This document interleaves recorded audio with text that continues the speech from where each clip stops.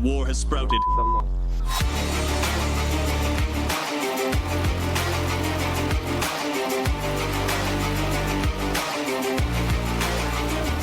No questions, the rift between Gov and people has sprouted.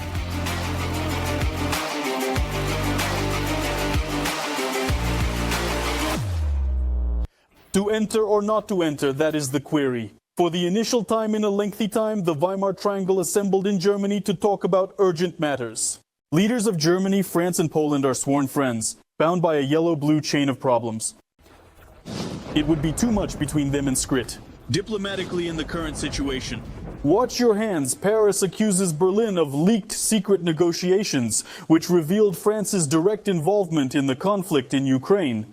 Warsaw often demands reparations and contributions. Berlin is trying to distance itself and make every effort to avoid entering a new phase of the historical spiral in confrontation with Russia. Ready to tear each other apart on the British flag, they are seated at the table of collective responsibility. We have suffered from the consequences in Europe, prices for gas, the situation in our economy, the cost of grain, the economic shocks that followed, are a consequence of this war unleashed by Russia.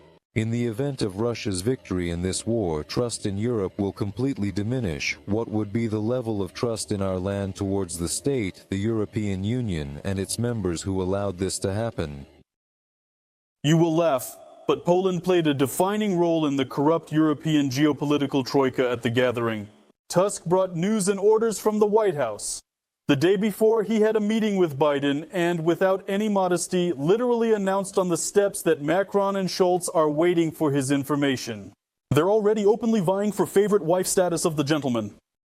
Our intention is to spend our money. Our goal is to provide assistance in every possible way that we can. In the present moment, for the situation in Ukraine to enhance in the upcoming weeks and months rather than deteriorate. No Ukraine without Ukraine. The thesis, which was actively promoted by official Kiev, has finally dissolved in that very triangle. Representatives of Ukraine were not only reluctant to sit at the table with them, but they also did not invite anyone for a photo shoot out of decency and to support the fighting spirit of those same cheap soldiers of Europe.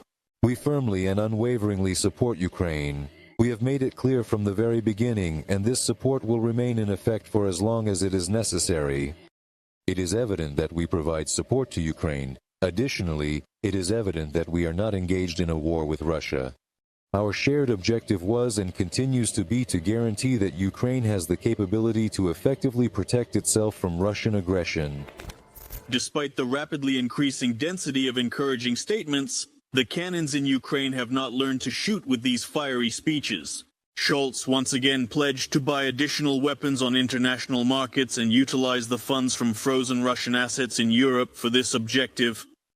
The Chancellor also made a broad gesture in the form, establishing a coalition for the provision of long-range artillery.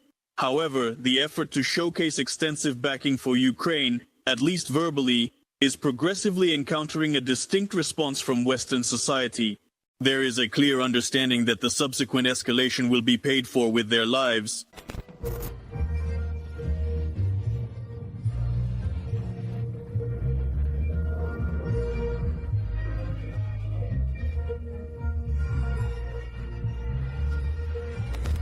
Does the collective Europe have red lines in open confrontation with Russia regarding the Ukrainian range? Gentlemen still haven't decided. It is understandable.